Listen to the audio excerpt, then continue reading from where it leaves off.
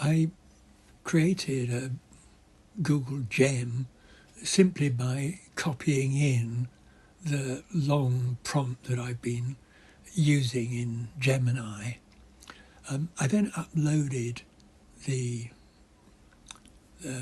recording by Andrea about Rob and Jenny going to her parents' house. So I just want to listen to little extracts of that.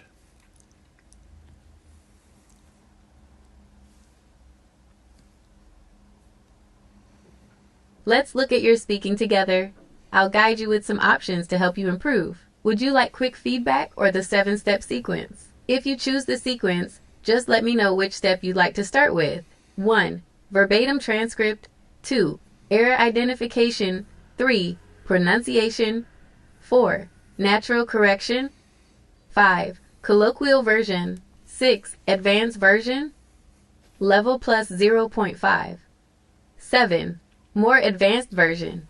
Level plus 1.0. One of the interesting differences is there are lots of little emojis that have been put in with Google Gem here. So I said I wanted quick feedback first, so this was the reply.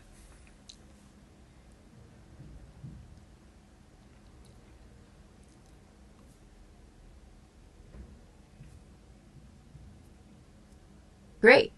Let's start with quick feedback to give you a high-level look at how you did. Overall performance.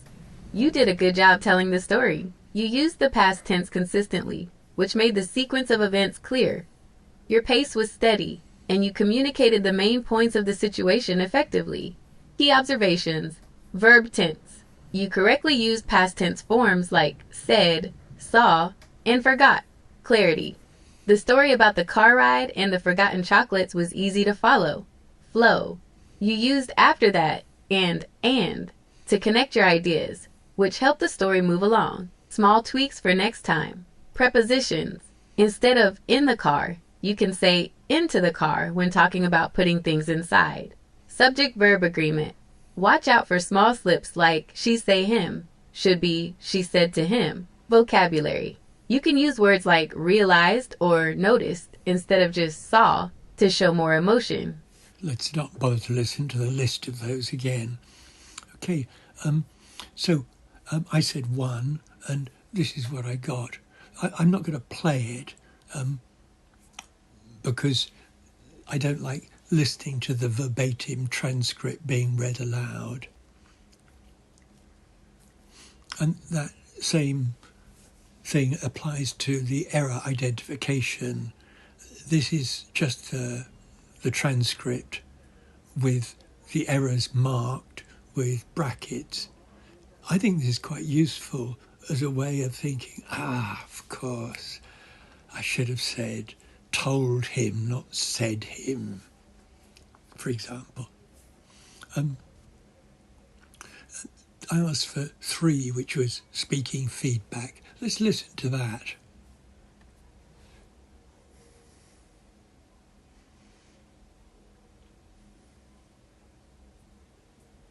Let's focus on pronunciation.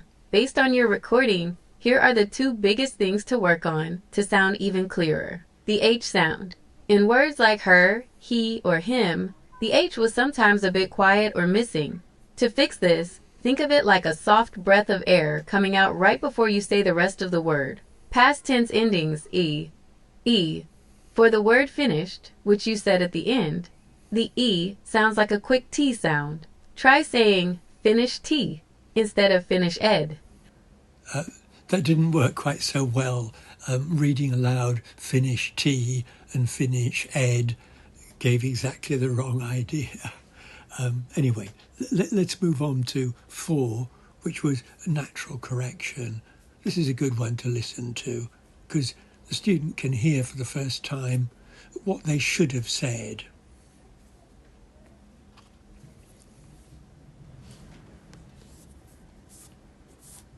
Let's look at a natural correction. This version fixes the grammar and flow while keeping the language simple and easy to use in a real conversation. Natural correction.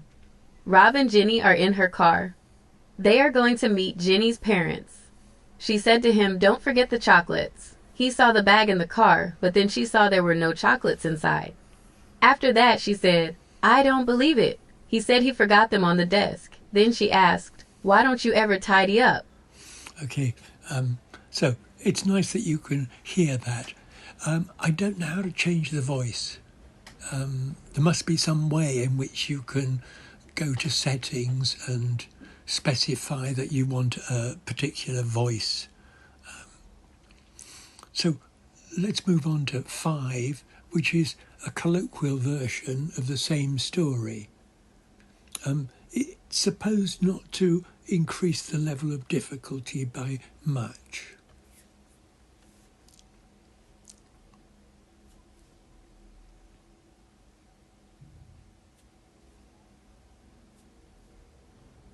Let's look at a colloquial version. This is how native speakers might tell the same story in a more relaxed, casual way. Colloquial version. So Rob and Jenny are in her car, heading over to meet her parents. She tells him, "Don't forget the chocolates." He spots the bag in the car, but then she notices they're actually missing. Turns out, he left them on his desk. She's just like, "I can't believe it. Why is your place always such a mess?" Okay, that's really quite nice. I like the sound of that. It then goes on to highlight 3 of the casual changes. When I was co-creating the prompt with Gemini was very insistent on not overloading the student with too much feedback. So it limited to 3 changes when it was making improved versions, and 2 pronunciation points when it was talking about pronunciation. Let's just listen to the 3 casual changes. 3 casual changes. Heading over. Instead of just going, we often use heading over to describe traveling to a specific destination, like a house. She's just like. In casual speech, we often use be plus like to introduce a quote or a reaction instead of she said. Turns out, this is a great phrase to use when you're explaining the reason behind a surprise or a mistake. Okay, so I went through all of the steps there, but the whole idea of this prompt is that students can choose which steps they want to do. So if they don't want to do the first 2 steps, they just skip those and go straight to the stuff on pronunciation. It's the idea is to give students more agency, I think is the word that people use nowadays for this. So I'm going through the whole lot. So this is a more advanced version, but it's only supposed to be half a CEFR level up.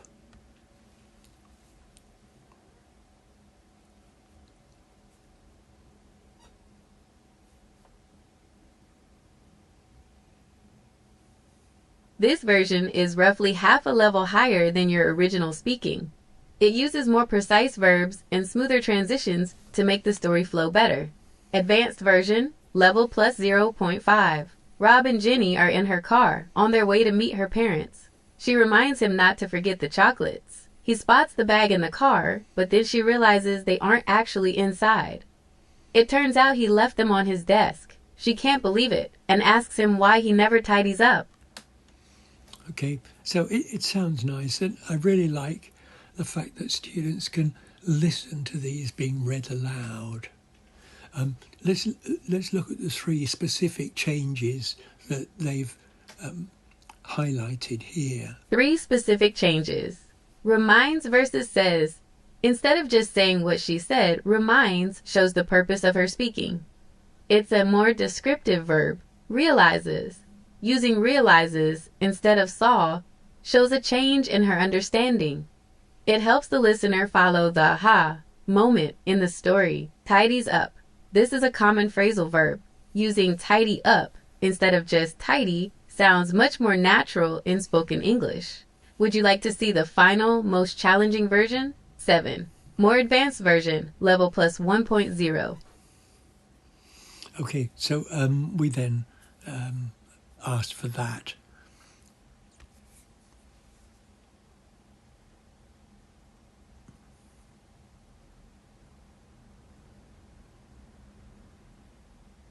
This is in real time, so it does take a little moment to get the... Moving to a more advanced version, Level Plus 1.0 involves using more sophisticated sentence structures and expressive vocabulary to paint a clearer picture of the situation. More advanced version, Level Plus 1.0. While on their way to visit her parents, Jenny reconfirms with Rob that he has the chocolates. Although he initially spots the bag in the car, Jenny quickly discovers that it's actually empty. It turns out he had unintentionally left the gift sitting on his desk. Frustrated, Jenny exclaims that she can't believe his forgetfulness and questions why he can never manage to keep things organized. Okay, I wonder it's not perhaps a bit over the top. Reconfirm sounds terribly formal here. Unintentionally left, perhaps a bit too much, but it has nice touches. And when I did this in Catalan, I found that I was noticing some quite sophisticated words that maybe I'd heard before but hadn't fixed my attention on. So I think it's good exposure to more advanced language. Let's just listen to these, the 3 advanced changes. 3 advanced changes. Initially and unintentionally. Using adverbs like these adds a layer of precision to the timing and intent of the actions, making the storytelling feel more professional. Discovers and exclaims. Swapping basic verbs like saw or said for more specific ones helps convey the emotion and the reveal of the story more effectively. Complex sentence structure. Starting the story with a while clause connects the background action, driving, to the main event, the conversation, in one smooth, advanced sentence. Okay, it then asks if I want to do some other things. It suggested reviewing a specific step again, practicing a new topic, ask a question about one of the changes. And what I did there was I said, what does gift mean? And this was the reply.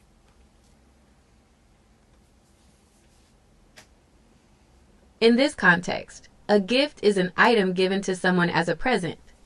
In the story you recorded, the chocolates were the gift intended for Jenny's parents. Let's explore this further together. Which of these interests you? 1. The role of the gift. How forgetting the gift changed the mood of the story. 2. Vocabulary connections. The difference between a gift and a present in daily conversation. 3. Common expressions. Why we say someone has a gift for something, like music or languages. Yeah, bit more complicated than really necessary. I think the first part about saying a gift is an item, well, the item is quite formal, given to someone as a present.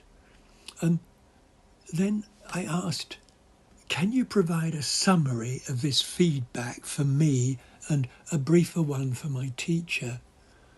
Because what I discovered on my Android phone was that if you use a Google Gem, it doesn't keep a record of the conversation. The idea of a Google Gem would be to create some output. For example, to create a Google Doc on your Google Drive. But to make that possible, you have to give it access to your Google Drive, which I'm a bit hesitant about. So I thought another alternative would be to ask for a summary of the feedback, and then one can copy and paste it somewhere else. So can you provide a summary of this feedback for me and a briefer one for my teacher?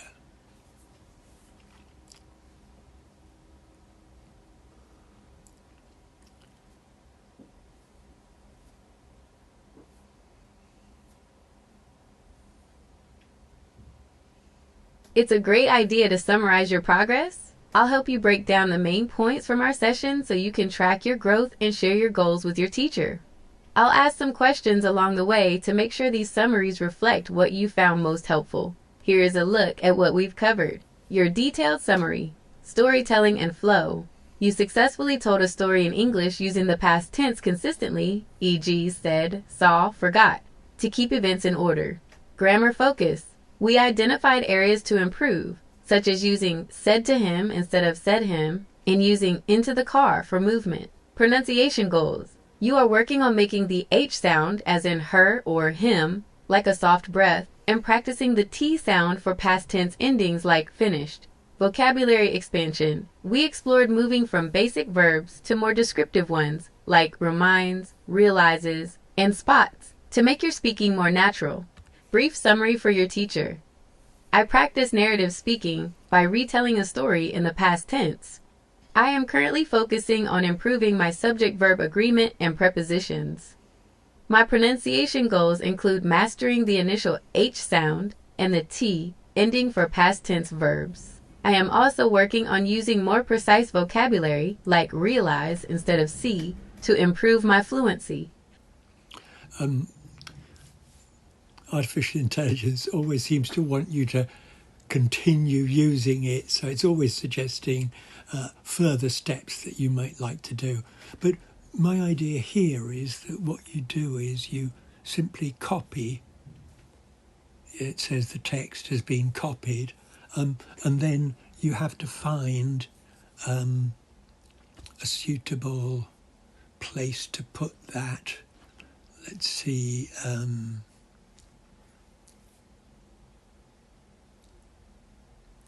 I'm looking for something that would be most suitable. Google Docs would be very suitable, so we could put in there doc.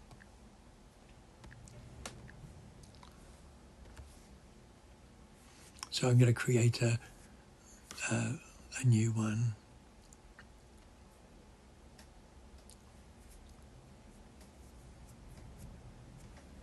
I'm not going to give it a name. And here I'm going to paste in the two things there. Now, obviously, the bit for my teacher, I could separate out.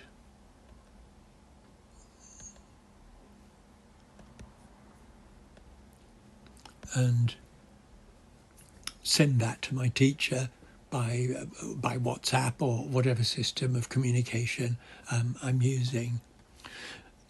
The reason for doing this is because I found that it didn't keep a record of all the conversations if I used Google Gem. If I simply used Gemini, it did. It's left there. And you can go back and refer to it, and you can listen to it again, which is precisely what I've been doing with creating this video.